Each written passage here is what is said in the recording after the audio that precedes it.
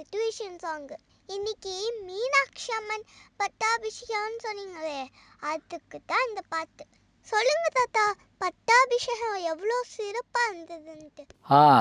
நல்லா நிறைய கேள்வி கேட்டுக்கிட்டே வர்ற, எனக்கு சந்தோஷமாக இருக்குது. ஏன்னா நீ கேட்குற கேள்விக்கு நான் பதில் சொல்கிறதுனால இந்த மாதிரி கேள்வி கேட்கணும்னு நினைக்கிறவங்களுக்கும் ஒரு வேலை முடிஞ்சது. நான் பதில் சொல்லிட்டேன்னா அந்த பதில் அவங்களுக்கும் போய் சேர்ந்துடும், உனக்கும் போய் சேர்ந்துடும். என்ன கேட்டால், மீனாட்சிக்கு பட்டாபிஷேகம் நடக்க போதான்னு கேட்டேன். அவங்களுக்கு சூப்பர் பவர்லாம் இருக்கான்னு கேட்டேன். சரி, அதுக்கு முதல்ல ஒரு தெரிஞ்சுக்கோ. அவங்க அப்பா அம்மா பேர் உனக்கு தெரியுமா?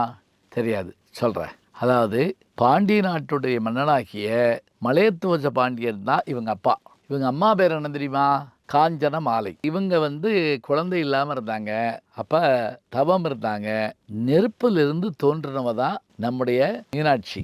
அதாவது அவங்க குழந்தை வேண்டி தவம் இருந்தபோது யாகம் பண்ணாங்க. அந்த நெருப்பிலிருந்து தோன்றியவள் தான் உமையம்மையின் வடிவமாகிய பார்வதியின் சொரூபமாகிய மீனாட்சி என்ற பெயரை கொண்டவளாக இருந்தாலும் தடாதகை பிராட்டி என்ற பெயரோடு தோன்றிய பெண்மணிதான் நம்முடைய மீனாட்சி.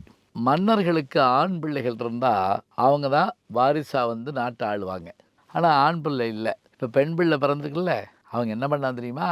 நீ சிங்கப்பெண்ணேன்னு பாடினேல்ல, அது மாதிரி குதிரை ஏற்றம், யானை ஏற்றம், வாழ்வீச்சு, வில்லு, ஈட்டி எறிதல், இப்படி எல்லாத்துலேயும் இவங்க பிரமாதமாக வெற்றி பெற்று பெருமையோடு விளங்குனாங்க. அதோடு மட்டுமில்லாமல் உரிய காலம் வந்த உடனே எப்படி ராமாயணத்தில் ராமனுக்கு பட்டங்கட்டணும்னு தசரதன் நினச்ச மாதிரி மலையத்துவஜனும் மனைவியாகிய காஞ்சனமாலாவும் தங்களுடைய மகளாகிய இளவரசிக்கு பட்டம் சுட்ட நினச்சாங்க. அதுதான் இன்னைக்கு பட்டாபிஷேகமாக நடக்க போகுது. பாரு, நம்ம என்ன பண்ணுறோம், கோயிலுக்குள்ளே போய் மீனாட்சி அம்மன் போகிறப்ப அப்படியே கூடயே போவோம். போனால் என்ன அப்படின்னா, அந்த வெள்ளி சிம்மாசனத்தில் மீனாட்சி உட்கார்ந்துருப்பாங்க. அவங்களுக்கு இன்றைக்கு ராயர் கிரீடம்னு ஒன்று, அந்த பாரு அந்த இருக்கா அவங்க தலையில் பார்த்தியா, அந்த ராயர் கிரீடம். இவங்க கையில் கோயிலுடைய தக்கார். போன ஆண்டெல்லாம் யார் இருந்தாங்கன்னா எங்களுடைய சேர்மன் ஐயா கருமுத்து கண்ணன் ஐயா இருந்தாங்க. தினம் இழைத்த அந்த செங்கோலை எம்பெருமாட்டினுடைய கையில் கொடுப்பாங்க. கிரீடம் வச்சு கையில் செங்கோல் வந்துருச்சுன்னா அவங்க அரசி ஆயிட்டாங்கன்னு அர்த்தம். இப்படியான இந்த ஆட்சி முறை இவங்க எவ்வளவு நாள் மதுரையை ஆழ்வாங்க அப்படின்னா, சித்திரை முதல் ஆவணி மாதம் வரையில் அம்பிகையினுடைய ஆட்சி மதுரையில் நடக்கும். அவருடைய கணவராகிய அந்த சுக்கநாதர் அவர் ஆள வந்துடுவார். எப்பதான் தாத்தா நம்ம ஹீரோ என்ட்ரி?